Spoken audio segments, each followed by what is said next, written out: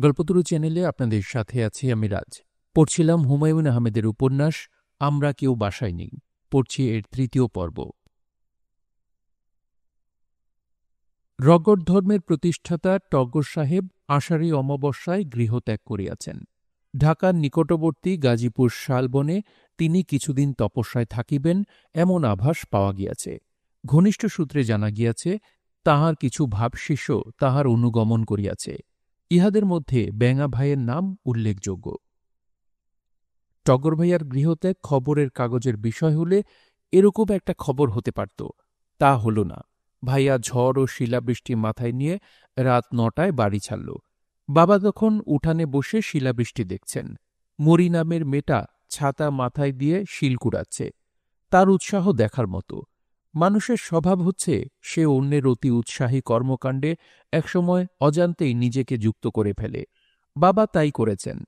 মরিকে কোথায় বড় শিল আছে বলে দিচ্ছেন। মরি, টিউবওয়েলের কাছে যাও, দুটা বড় বড় আছে। আরে, এই মেয়ে তো চোখেই দেখে না। টিউবওয়েলের উত্তরে। এই অবস্থায় ভাইয়া হাসি মুখে বাবার সামনে দাঁড়িয়ে বলল, বাবা, যাই। বাবা বললেন, কোথায় যাও? অমাবস্যায় বাড়ি ছেড়ে যাব বলেছিলাম। আজ অমাবস্যা। বাড়ি ছেড়ে যাচ্ছ? হুম। কোথায় যাবে? গাজীপুরের শালবনের দিকে যাবার একটা সম্ভাবনা আছে, এখনো ঠিক করিনি। তোমার মা জানে যে তুমি চলে যাচ্ছ? জানে, তার কাছে বিদায় নিয়ে এসেছি। তোমাকে আটকানোর চেষ্টা করেনি? না, মা অস্থির তার পায়ের ব্যথায়। আহা উহু করেই কুল পাচ্ছে না। আমাকে কি আটকাবে? বাবা গম্ভীর গলায় বললেন, তোমার মা যখন তোমাকে কিছু বলেনি, আমিও বলবো না। শুধু একটি কথা, তুমি বিকৃত মস্তিষ্ক যুবক। ভাইয়া মনে হয় বাবার কথায় আনন্দ পেল। তাঁর ঠোঁটের কোণায় সামান্য হাসির আভাস দেখা গেল। বাবা বললেন, মিডিওকার যদি নষ্ট হয় তাতে তার নিজের ক্ষতি হয়, সমাজে তার প্রভাব পড়ে না। মেধাবীরা নষ্ট হলে সমাজ ক্ষতিগ্রস্ত হয়। সমাজ সংসার ছেড়ে তোমার জঙ্গলে পড়ে থাকা বাঞ্ছনীয়। ভাইয়া বলল, জি আচ্ছা। বলেই উঠানে নেমে মরির হাত থেকে হ্যাচকা টান দিয়ে ছাতা নিয়ে বের হয়ে গেল। ঘটনার আকস্মিকতায় মরি হকচকিয়ে গেছে। সে শিল ভর্তি মগ নিয়ে দাঁড়িয়ে আছে। এই সময় তার মাথায় বড় সাইজের একটা শিল পড়ল। ও আল্লাহ গো! বলে সে উঠানে চিত হয়ে পড়ে গেল। সুন্দর দৃশ্য। একটি বালিকা চিত হয়ে পড়ে আছে, তার উপর বৃষ্টিও শিল পড়ছে। এমন দৃশ্য সচরাচর তৈরি হয় না। আমি আগ্রহ নিয়ে তাকিয়ে আছি। বাবার ধমক শুনে সংবিত ফিরল। বাবা বললেন, মেয়েটাকে তুলে আনো। আমি বললাম, থাকুক না। বাবা বললেন, থাকুক না মানে? থাকুক না মানে কি? আমি বললাম, থাকুক না মানে হলো মরে চিত হয়ে উঠানে শুয়ে আছে, থাকুক। শিলাবৃষ্টির মধ্যে এরকম শুয়ে থাকার সুযোগ সে আর পাবে বলে মনে হয় না। আমার কথা শুনে বাবা বিকট চিৎকার চেঁচামেচি শুরু করলেন। বাবার চিৎকার শুনে মা তীক্ষ্ণ গলায় চেঁচাতে লাগলেন, কি হয়েছে? এই, কি হয়েছে? ড্রাইভার ইসমাইল মনে হয় নামাজে ছিল। নামাজ ফেলে সে ছুটে এলো। উঠানে মরিকে পড়ে থাকতে দেখে সে হতভম্ব গলায় বলল, স্যার, কি হয়েছে? মারা গেছে? ইন্না লিল্লাহি ওয়া ইন্না ইলাইহি রাজিউন। হইচই শুনেই মনে হয় মরির জ্ঞান ফিরল। সে এখন বিস্মিত চোখে তাকিয়ে আছে। তার হাতে কাঁচের পানির জগ, জগ ভর্তি শিল। মরির মাথা ফেটেছে, সেখান থেকে রক্ত গড়িয়ে পড়ছে জগে। ধবধবে সাদা বরফখণ্ডের ভেতর লাল রক্ত। অদ্ভুত দৃশ্য। পদ্ম এসে দাঁড়িয়েছে বারান্দায়। সে হঠাৎ শব্দ করে হেসে ফেলল। এর মধ্যে হাসির কি উপাদান সে খুঁজে পেয়েছে কে জানে। ভাইয়ার গৃহত্যাগের দ্বিতীয় দিবস। রগড় ধর্মমতের সাল গণনায় ২-১-১ রগড় সন। এই দিনে বাবার গাড়ি ফিরে এলো। ইঞ্জিন মোটামুটিভাবে সারানো হয়েছে। বছরখানেক ঝামেলা ছাড়াই চলবে। গাড়ি সারাইয়ের কাজটা করেছে সগির মিস্ত্রি। সে পদ্মর মায়ের বিশেষ পরিচিত। বস্তিতে তার ঘর ছিল পদ্মর মায়ের ঘরের পাশে। গাড়ির সঙ্গে সগির মিস্ত্রি এসেছে। কালিঝুলি মাখা একজন হাসিখুশি মানুষ। তার কাছেই জানলাম গাড়ি সারাইয়ে ৩০,০০০ টাকা বিল হয়েছে। পদ্মর মা বললেন, আমার গাড়ি ঠিক করেছ, তার জন্যে তোমাকে বিল দিব কি জন্যে? ১ পয়সাও পাবে না। সগির পান খাওয়া লাল দাঁত বের করে হাসতে হাসতে বলল, না দিলে নাই। পদ্মর মা বললেন, গোসল করো, খাওয়া দাওয়া করে তারপর যাবে। সগির বলল, গোসল করব কিভাবে? কাপড় চোপড় আনি নাই। পদ্মর মা বললেন, কাপড়ের ব্যবস্থা হবে। ড্রাইভার ইসমাইলকে পাঠিয়ে নতুন লুঙ্গি পাঞ্জাবি কিনে আনানো হলো। সগির মিয়া আয়োজন করে কলপারে গোসল করতে বসেছে।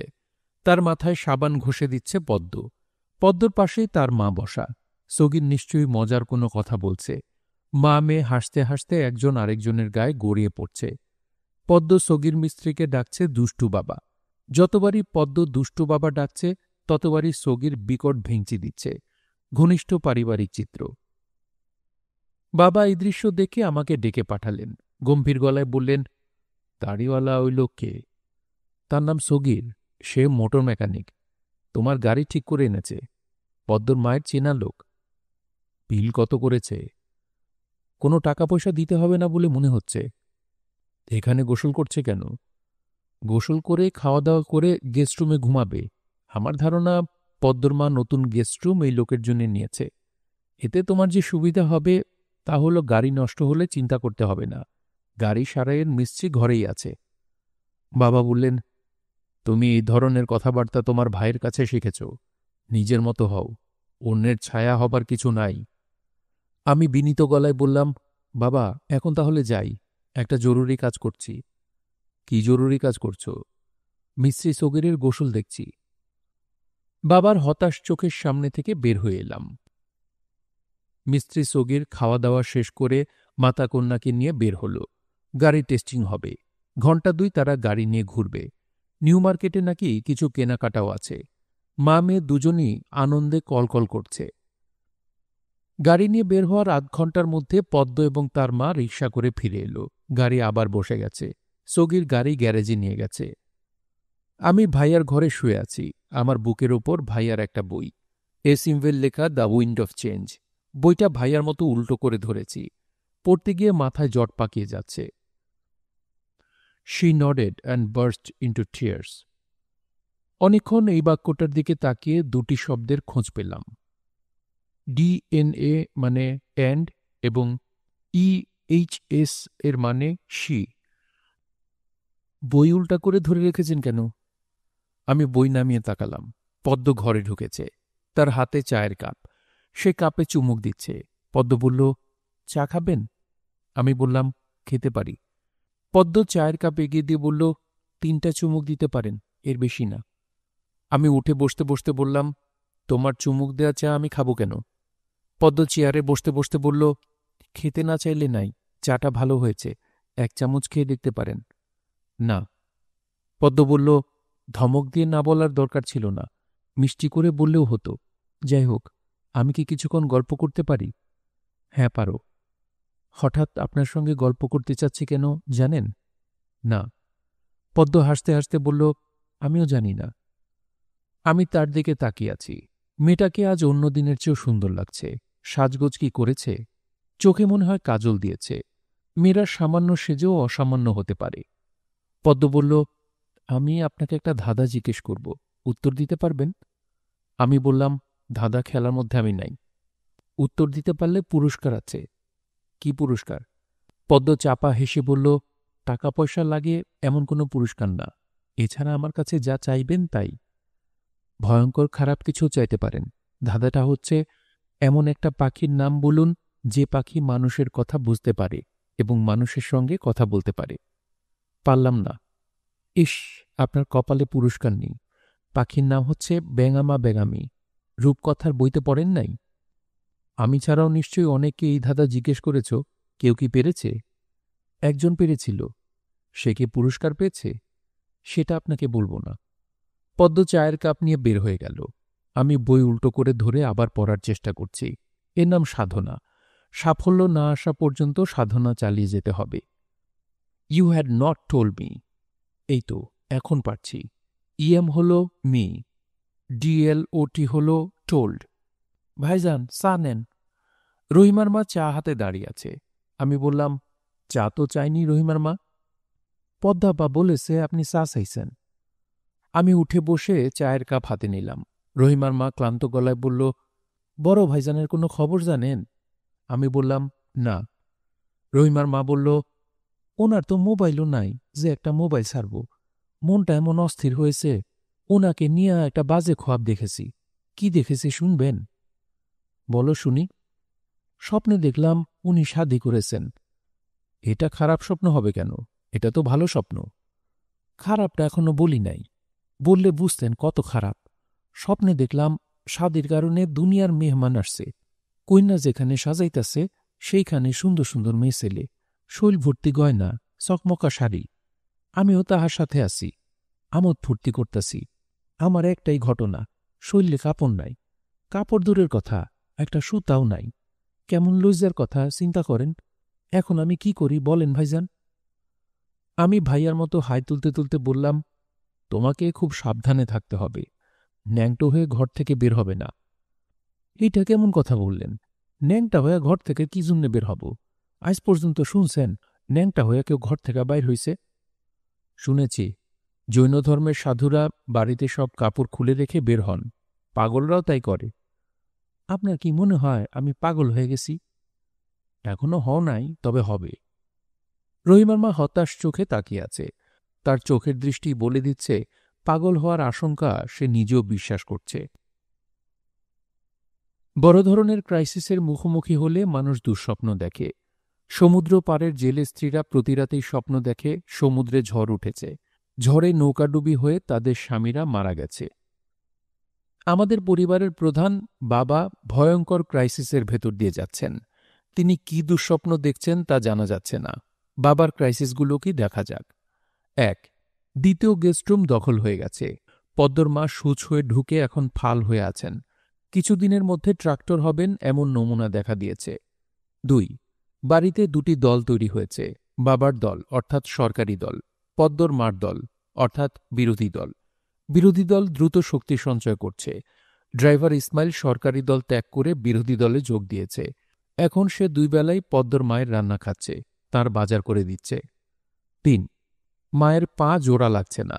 সারা রাত তিনি ব্যথায় চিৎকার করেন। বাবা ঘুমাতে পারেন না।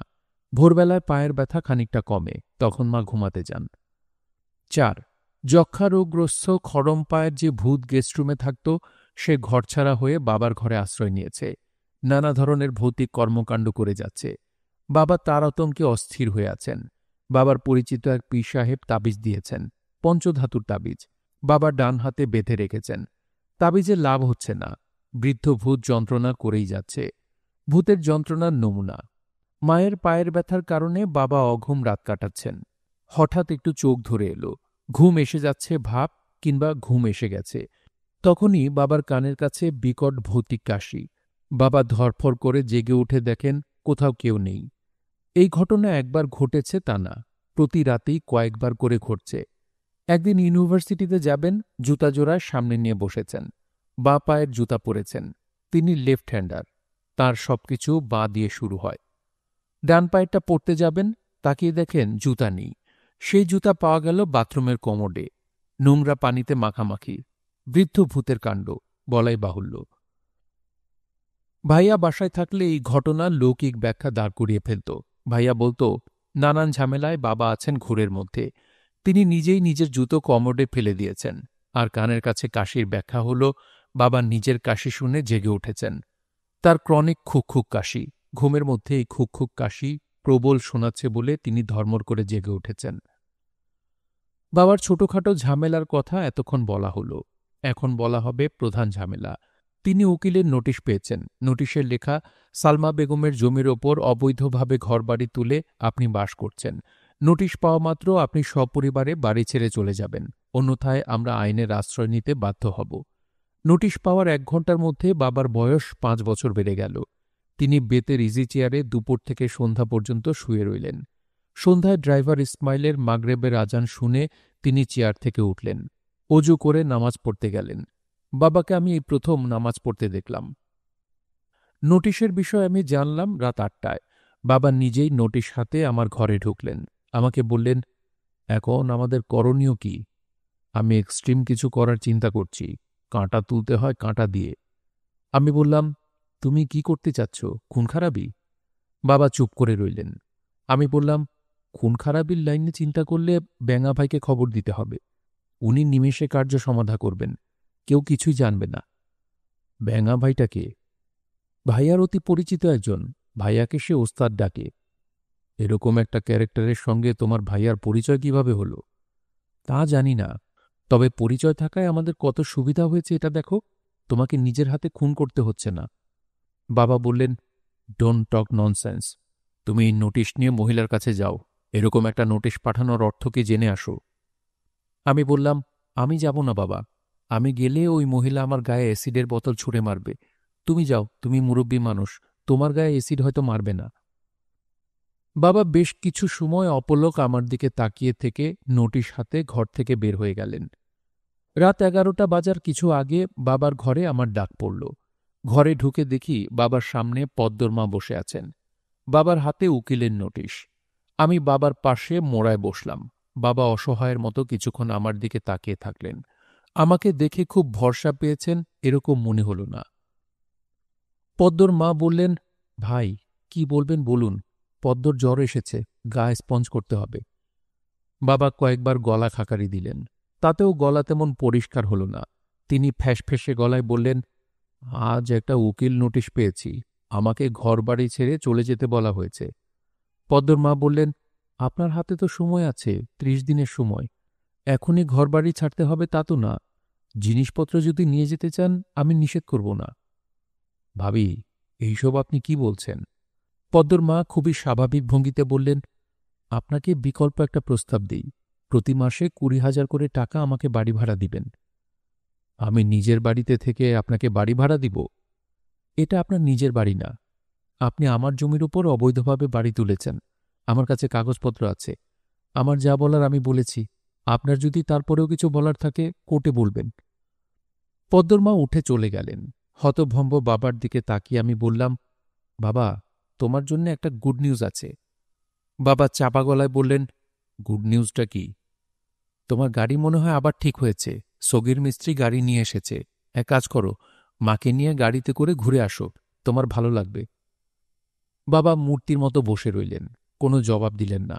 মায়ের পায়ের ব্যথা মনে হয় খুব বেড়েছে। তার কাতরানি শোনা যাচ্ছে।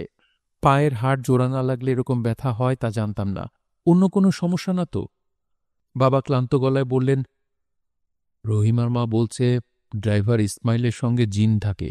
এই বিষয়ে কিছু শুনেছ? শুনেছি, জিনের নাম মাহি, তার স্ত্রীর নাম হামাসা। জিনের বয়স 3000 বছর। স্ত্রীর বয়স জানি না, কিছু কম নিশ্চয়ই হবে। তোমার বিশ্বাস হয়? না। বাবা বললেন, শেক্সপিয়ার বলেছেন, there are many things in heaven and earth. আমি বললাম, শেক্সপিয়ারের ওপর কথা নাই, উনি যখন বলেছেন তখন বিশ্বাস হয়। বাবা বললেন, জিনরা ভবিষ্যৎ বলতে পারে। জিনের মাধ্যমে ভবিষ্যৎ জানতে পারলে হতো। মাহি সাহেবকে জিজ্ঞেস করব? বাবা চুপ করে রইলেন। ডুবন্ত মানুষ খড়কুটো ধরে। এই প্রথম জনকে দেখলাম জিন ধরতে চাইছেন। রগড সন অনুযায়ী আজ 3-1-1, সময় রাত 9টা। ভাইয়ার ঘরে জিন নামানো হচ্ছে। ড্রাইভার ইসমাইল জায়নামাজে বসা। বাবা আর আমি খাটে বসে আছি। আমরা দুজনই অজু করে পবিত্র হয়েছি। আগরবাতি জ্বলছে। দরজা জানলা বন্ধ। ঘর অন্ধকার। বাইরে বৃষ্টি পড়ছে। ইসমাইল এক মনে সূরায়ে জিন আবৃত্তি করছে। বৃষ্টির শব্দের সঙ্গে সূরার শব্দ মিলে অতি রহস্যময় পরিবেশ। ইসমাইল সূরা আবৃত্তি বন্ধ করে বলল, মাহি উপস্থিত হয়েছেন। কিছু জিজ্ঞাসা করতে চাইলে আদবের সঙ্গে জিজ্ঞাসা করেন। প্রথমে সালাম দিবেন। বাবা ভয়ে ভয়ে বললেন, আসসালামু আলাইকুম। গম্ভীর এবং খানিকটা বিকট গলায় কেউ একজন বলল, ওয়ালাইকুম সালাম। এই গলা ইসমাইলের না, তার গলা মেলি। সে কি গলা চেপে এমন শব্দ বের করছে? ডেন্ট্রিকুইলিজম। বাবা বললেন, জনাব, আমার বড় ছেলে কোথায় বলতে পারবেন? তার নাম কি? ডাকনাম টগর। ভালো নাম বলেন। আব্দুর রশিদ। জিন বলল, সে জঙ্গলে আছে, তার শরীর ভালো না। কি হয়েছে? বুখার হয়েছে। তার কি বাড়িতে ফেরার সম্ভাবনা আছে? 1 বৎসর পরে ফিরবে, অল্প সময়ের জন্য। এই বাড়িতে সে থাকবে না। বাবা বললেন, আমার আর কোনো প্রশ্ন নাই। মঞ্জু, তুই কিছু জানতে চাস? আমি বললাম, জনাব, আপনার স্ত্রীর কথা শুনেছি, ছেলে মেয়ে কি আছে? আমার 7 ছেলে, মেয়ে নাই। আপনাদের মধ্যে জন্ম নিয়ন্ত্রণ পদ্ধতি কি আছে? এই প্রশ্নের উত্তরে হুমহাম শব্দ হল, তার সঙ্গে খক খক কাশি। ইসমাইল বলল, ভাইজান, আপনার কথায় মাহি বিরক্ত হয়েছেন। আমি বললাম, সরি। আমি বললাম, একটা শেষ প্রশ্ন। আপনাদের অসুখ বিসুখ আছে বুঝতে পারছি, আপনি কাশছেন। পাতলা পায়খানা, যাকে ভদ্র ভাষায় বলা হয় ডায়রিয়া, তা কি আপনাদের হয়? মাহি আমার প্রশ্নে খুব মনে হয় রাগল। হুমহাম শব্দ বৃদ্ধি পেল, আর তখনই বন্ধ দরজায় কেউ ধাক্কাতে লাগল। প্রবল ধাক্কা। দরজা খুলে দেখি ভাইয়া দাঁড়িয়ে। ভাইয়া বলল, দরজা বন্ধ করে কি করছিস? ঘর অন্ধকার কেন? আমি বললাম, জিন নামানো হচ্ছে। ভাইয়া বলল, ভেরি গুড। জিন নেমেছে? আমি বললাম, নেমেছে, মনে হয় চলেও গেছে। তুমি ফিরে এলে কেন?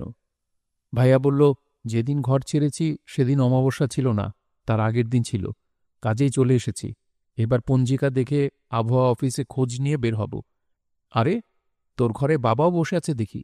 বাবা কেমন আছো? বাবা প্রশ্নের উত্তর না দিয়ে ঘর থেকে বের হয়ে গেলেন। পুত্রের ফেরত চলে আসায় তিনি আনন্দিত না দুঃখিত বোঝা গেল না। তবে কিছুক্ষণের মধ্যেই রহিমার মাকে পোলাও রাঁধতে বললেন। পোলাও ভাইয়ার অতি পছন্দের খাবার। সালামত এসেছে। ভাইয়ার ঘরে প্লাস্টিকের চেয়ারে বসে আছে। সালামতকে ভয়ঙ্কর দেখাচ্ছে। চোখ টকটকে লাল, দুটা চোখেই ময়লা, চোখ দিয়ে পানি ঝরছে। সালামতের মাথা কামানো, মুখ ভর্তি খোঁচা খোঁচা দাড়ি। ভাইয়া বলল, আপনার ঘটনা কি? 10 দিন পরে আসবেন বলে গেলেন, 1 মাস পার করে এসেছেন। সালামত বলল, মরতে বসেছিলাম ভাই সাহেব।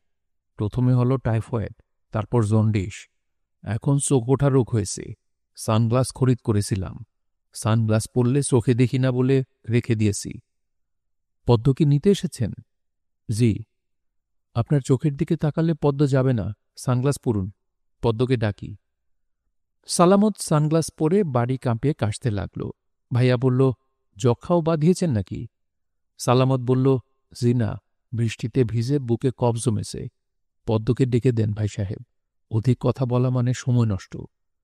পদ্ম যেতে রাজি না হলে কি করবেন? জোর করে নিয়ে যাব। লোকজন সঙ্গে এনেছি, এরা গাড়িতে বসা। আজ 19-20 যা হবার হবে।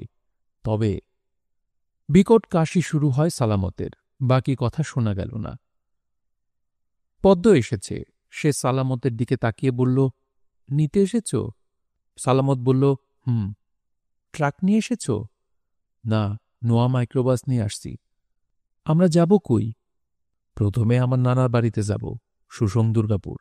আমার বিশ্রাম দরকার। পদ্ম বলল, চলো রওনা দিই। মা বাড়িতে নাই, চলে যাওয়ার এখনই সময়।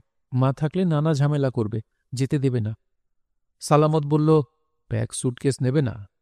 পদ্ম বলল, ব্যাগ সুটকেস গোছাতে গেলে দেরি হবে, মা চলে আসবে, আমার আর যাওয়া হবে না। চলো চলো। আমি বিস্মিত হয়ে দেখলাম পদ্ম সত্যি সত্যি মাইক্রোবাসে উঠে চলে গেল। মাইক্রোবাস ভর্তি সন্দেহজনক চেহারার লোকজন। একজন আমার পরিচিত, আগারগাঁও বস্তিতে তাকে দেখেছি। সেদিনও তার গায়ে নীল গেঞ্জি ছিল, আজও ক খ গ লেখা নীল গেঞ্জি। তার মনে হয় একটাই গেঞ্জি। এমন এক ঘটনা ঘটেছে, ভাইয়া নির্বিকার, যেন কিছুই হয়নি। সে তার বিশেষ ভঙ্গিতে শোয়া, চোখ বন্ধ, কোলের ওপর বই। আমি ঘরে ঢুকে বললাম, ভাইয়া, কাণ্ডটা দেখেছ? ভাইয়া বলল, ইন্টারেস্টিং মেয়ে। আমি বললাম, এক বস্ত্রে লাফ দিয়ে গাড়িতে উঠে চলে গেল। ভাইয়া বলল, ফিরে আসবে বলেই এক বস্ত্রে গেছে। পৃথিবীর কোনো মেয়েই এক কাপড়ে বাড়ি ছাড়ে না। সীতাকে যখন রাবণ হরণ করে, তখনও সীতার হাতে পানের বাটা ছিল। ভাইয়া বুকের ওপর থেকে বই নিয়ে পাশ ফিরল। এর অর্থ এখন সে ঘুমাবে। ভাইয়ার হচ্ছে ইচ্ছা ঘুম। সে যে কোনো সময় যে কোনো পরিস্থিতিতে মাথার নিচে হাত রেখে পাশ ফিরে ঘুমিয়ে পড়তে পারে।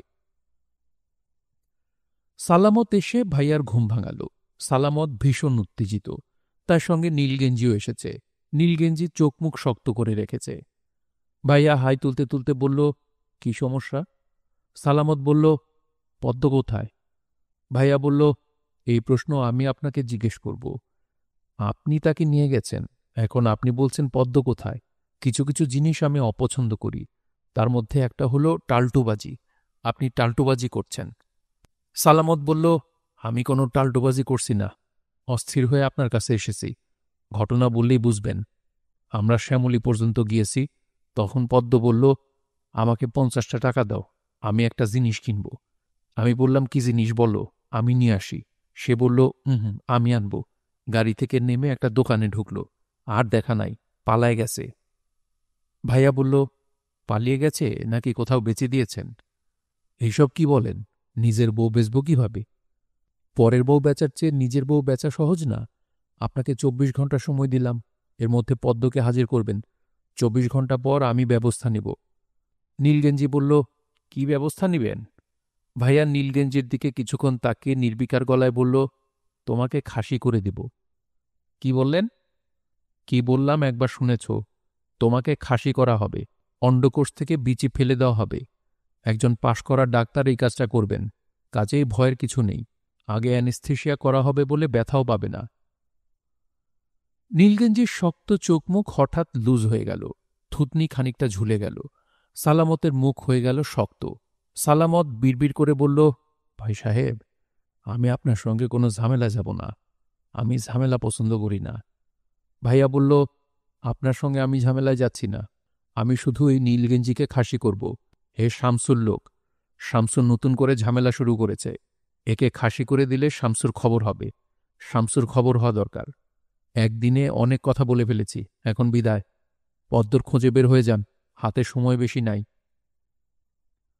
দুজন চলে যাওয়ার 1 ঘণ্টা পর পদ্ম বাড়িতে ফিরল। তার হাতে 8টা হাওয়াই মিঠাই। তার ভাবভঙ্গি দেখে মনে হচ্ছে কিছুই হয়নি।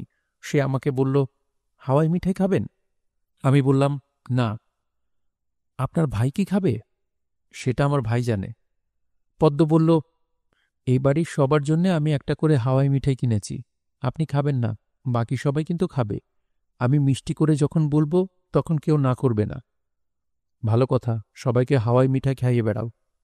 প্লিজ একটা নেন না, এমন করেন কেন? আমি হাত বাড়িয়ে নিলাম। পদ্ম খিলখিল করে হাসতে হাসতে বলল, দেখলেন, আপনিও কিন্তু নিয়েছেন। আমি বললাম, তুমি আগ্রহ করে স্বামীর সঙ্গে গেলে আবার চলে এলে, এর মানে কি? পদ্ম বলল, ও আমার স্বামী, আপনাকে কে বলল? তুমি বলেছ। আপনাকে রাগানোর জন্য বলেছি। আমার আশেপাশে যারা থাকে তাদের রাগিয়ে দিতে আমার ভালো লাগে। সালামত যদি আবার তোমাকে নিতে আসে, তুমি কি করবে? তার সঙ্গে আবার যাব। পরের বার সে তোমাকে দড়ি দিয়ে বেঁধে নিয়ে যাবে। পদ্ম হাওয়াই মিঠাই কামড় দিতে দিতে বলল, তার উচিত আমাকে শিকল দিয়ে বেঁধে নিয়ে যাওয়া। সালামত রাত 10টায় আবার এলো। তার চিমসে যাওয়া চেহারা আরও চিমসেছে। আগে চোখ দিয়ে পানি পড়ছিল, এখন নাক দিয়েও পড়ছে। সালামত ফ্যাঁসফেঁসে গলায় ভাইয়াকে বলল, জনাব, মাফ করে দেন, হানিফকে রিলিজ দিয়ে দেন। ভাইয়া বলল, হানিফটা কে? শামসুন নিজের লোক। নীলগেঞ্জি? জি জনাব। তারে রিলিজ দিয়ে দিলে শামসু ভাই আপনার সঙ্গে আর ঝামেলায় যাবে না। ভাইয়া হাই তুলতে তুলতে বলল, ঝামেলা কেন যাবে না? আমি তো ঝামেলা পছন্দ করি। ভাই সাহেব, আমি আপনার পায়ে ধরি। সালামত সত্যি সত্যি ভাইয়ার পা ধরতে এগিয়ে এলো। ভাইয়া বলল, আপনার হাত ময়লা জীবাণুতে ভর্তি, এই হাতে পায়ে ধরবেন না। আগে সাবান দিয়ে ভালোমতো হাত ধুয়ে আসুন। বিজ্ঞাপন দেখেছি, লাইফবয় সাবান জীবাণু ধ্বংস করে। পদ্ম ঘরে আছে, তাকে জিজ্ঞেস করে দেখুন লাইফবয় সাবান আছে কিনা। না থাকলে ড্রাইভার ইসমাইলকে বলুন, বাজার থেকে কিনে এনে দেবে।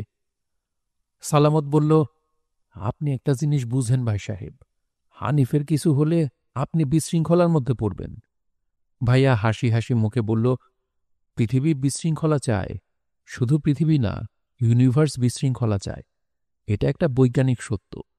সেকেন্ড ল অব থার্মোডাইনামিক্স বলে এন্ট্রপি বাড়বে, ডেল্টা এস সমান সমান কিউ বাই টি।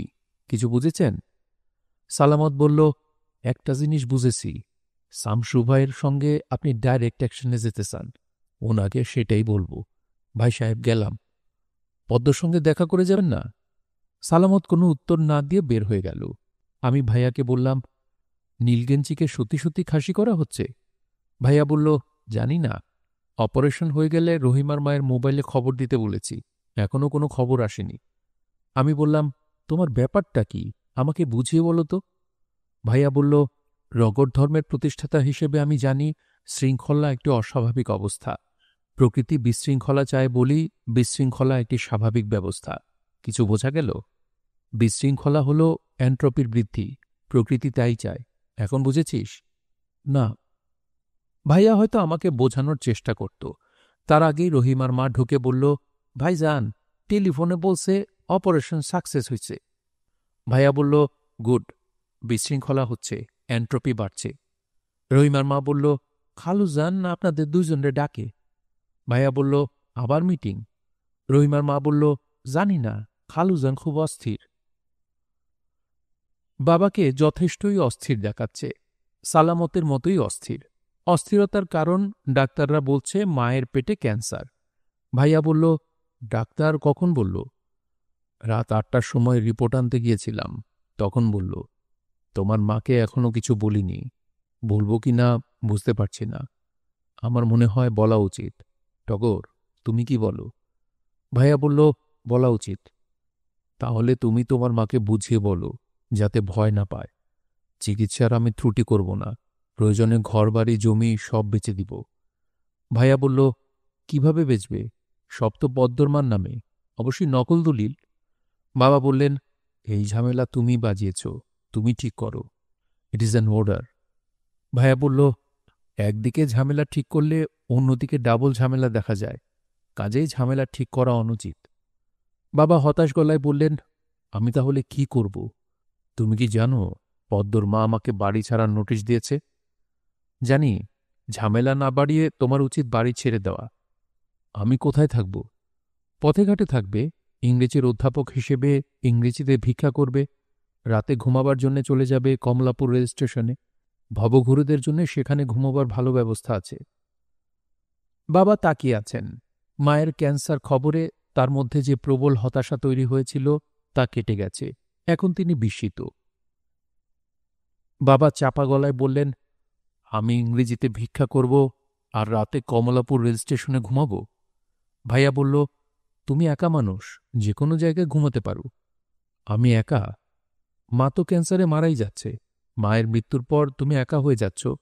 আমার মনে হয় এই মুহূর্তে তোমার উচিত পদ্মর মায়ের কাছ থেকে গ্রেস পিরিয়ড নেওয়া। মায়ের মৃত্যু না হওয়া পর্যন্ত তুমি এ বাড়িতে থাকবে। মৃত্যুর পর কুলখানির দিন গৃহত্যাগ করবে। তুমি এই ধরনের কথা বলতে পারছ? তোমার জন্মদাতা মা, মা নিয়ে বিকট কথা, আর আমি তোমার বাবা। ভাইয়া হেসে ফেলল। বাবা অবাক হয়ে বললেন, তুমি হাসছ? হাসি এলে কি করব বলো? হাসি চেপে রাখব? তুমি বোধহয় জানো না, হাসি চেপে রাখতে প্রচণ্ড এক শারীরিক প্রেশার হয়। এই প্রেশারে হার্ট অ্যাটাক হতে পারে, থ্রম্বসিস হতে পারে। You get lost. ভাইয়া উঠে দাঁড়াল। আমি অবাক হয়ে দেখি তার ঠোঁটের কোণায় এখনো হাসি লেগে আছে। বাবাও অবাক হয়ে ভাইয়ার ঠোঁটের হাসি দেখছেন। বাবা বললেন, তোমার মাকে তুমি কিছু বলতে যাবে না। তুমি মস্তিষ্ক বিকৃত একজন মানুষ, কি বলতে কি বলবে তার নেই ঠিক। মায়ের সঙ্গে কথা বলতে পারব? বাবা জবাব দিলেন না। ভাইয়া রওনা হলেন মায়ের শোবার ঘরের দিকে, পেছনে পেছনে আমি। ভাইয়া বলল, কেমন আছো মা? মা বলল, ভালো, আজ ব্যথা নাই। ভাইয়া বলল, মা, তোমাকে একটা প্রশ্ন করছি, ভেবে চিন্তে জবাব দিবে। বলো তো, তোমার গায়ের রক্ত আছে এমন কাউকে কি তুমি খুন করতে পারবে? তুই কি পাগল হয়ে গেলি? আমার শরীরের রক্ত আছে এমন কাউকে আমি কিভাবে খুন করব? ভাইয়া বলল, ঘরে ঢুকতেই দেখলাম তুমি একটা মশা মারলে, মশার গায়ে তোমার রক্ত। মা হতাশ চোখে তাকাচ্ছেন, তাকে চিন্তিত মনে হচ্ছে। ভাইয়ার ঠোঁটের কোণায় মিটিমিটি হাসি। শুনছিলেন হুমায়ূন আহমেদের উপন্যাস আমরা কেউ বাসায় নেই। পড়ছিলাম এর 3য় পর্ব। উপন্যাসটি শুনে আপনাদের কাছে কেমন লাগছে তা অবশ্যই কমেন্ট করে আমাদেরকে জানাতে পারেন। ভালো লাগলে একটি লাইক করবেন, আর চাইলে শেয়ার করতে পারেন। সবাই ভালো থাকবেন, সুস্থ থাকবেন এবং গল্পতরুর সঙ্গেই থাকবেন। ধন্যবাদ।